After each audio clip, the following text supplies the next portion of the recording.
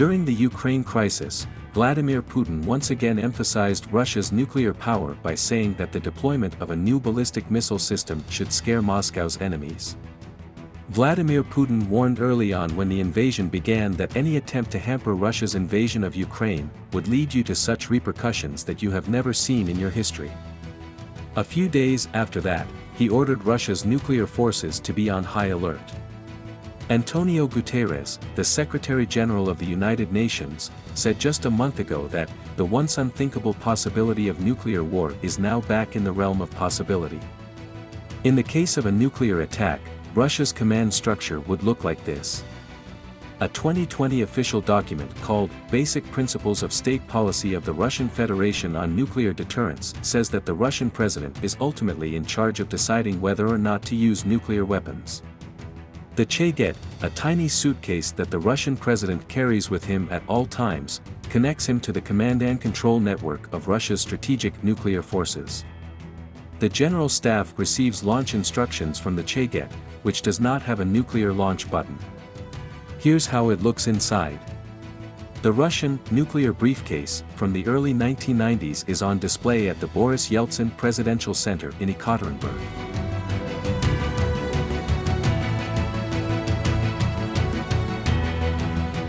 Two techniques for firing nuclear weapons are available to the Russian General Staff. In the first method, the Chaget delivers launch codes to certain weapons commanders. Then the weapons commanders fire the nukes. Another method, called perimeter, enables the General Staff to launch land-based missiles without going through any of the local command stations.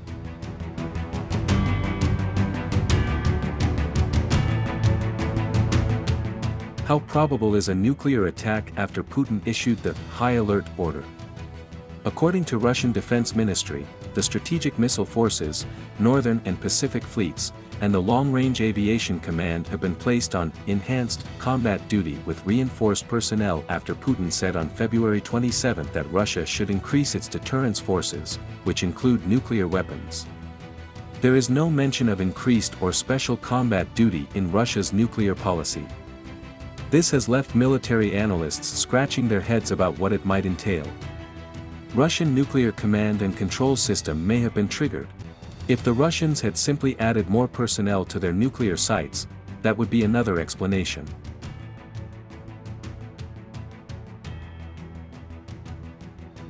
Russia's 2020 policy outlines 4 circumstances in which Russian nuclear weapons may be justified. 1. When a nuclear or WMD attack is launched against Russia and/or its allies. 2. The firing of ballistic missiles intended for Russia or one of its allies. 3. An attack on important government or military buildings that makes it harder for Russia's nuclear forces to respond to threats. 4. When the very existence of the state is in jeopardy. According to the Federation of American Scientists, Russia possesses more nuclear weapons than any other country, with an estimated 5,977 warheads. 1,588 of these have been installed and are operational. Aircraft, submarines, and land-based platforms may all fire the system's missiles. On February 19, Vladimir Putin presided over a nuclear weapons test in Russia. On April 20, the military told him in a TV interview that the long-awaited intercontinental ballistic missile Sarmat had been tested for the first time successfully. According to a report by the TASS news agency, Russia's nuclear forces will begin receiving the new missile in the fall of this year. The Minuteman ballistic missile tests were postponed by the United States last month in an apparent effort to ease tensions with Russia.